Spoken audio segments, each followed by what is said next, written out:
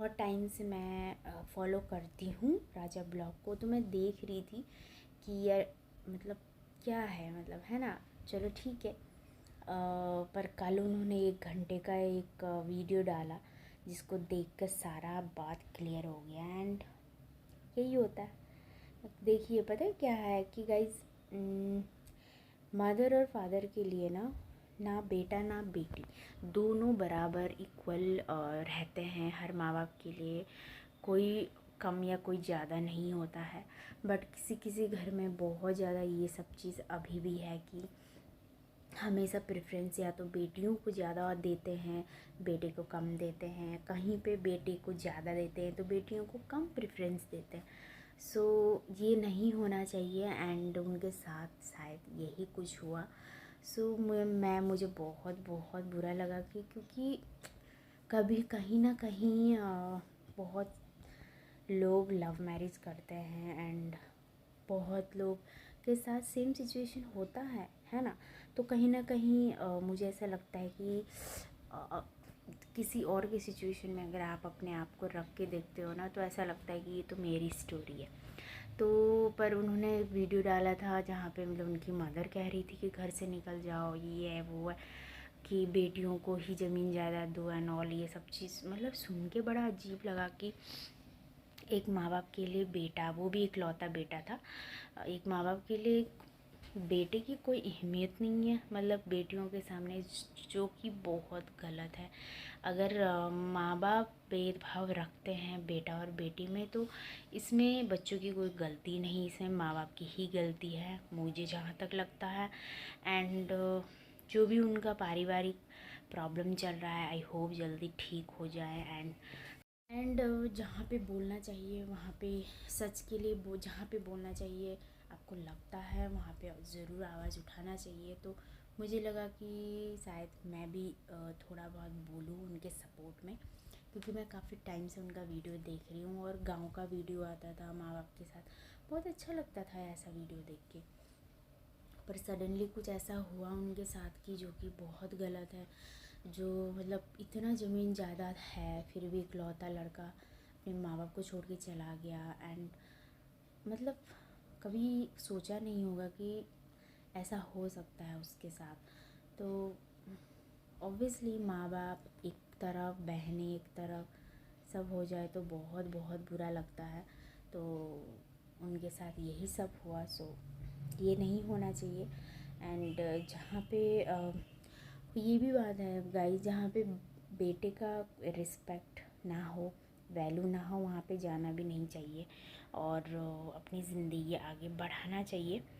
बाकी अगर माँ बाप प्रेफरेंस देते हैं अपनी बेटियों को, माँ बाप के लिए बेटा और बेटी इक्वल होना चाहिए। अगर वो भेदभाव रखते हैं अपने बेटा और बेटियों में, तो माँ बाप की ही फॉल्ट है जहाँ तक मुझे लगता है।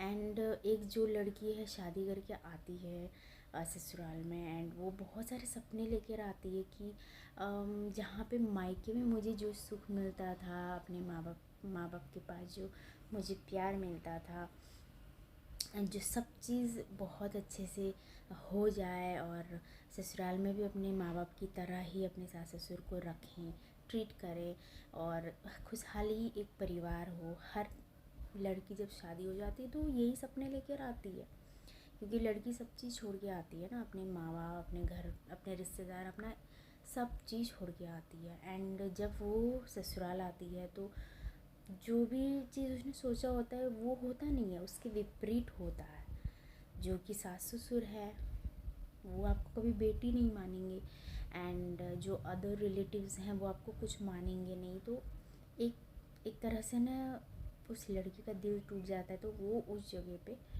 कभी जाना पसंद नहीं करती जहाँ पे उसकी रिस्पेक्ट ना हो, जहाँ पे उसको कुछ भी नहीं समझा जा रहा हो। तो मुझे जहाँ तक लगता है कि राजा ब्लॉग ने बहुत अच्छा किया है, अपनी वाइफ को लेकर आ गए हैं एंड बाहर रह रहे हैं, क्योंकि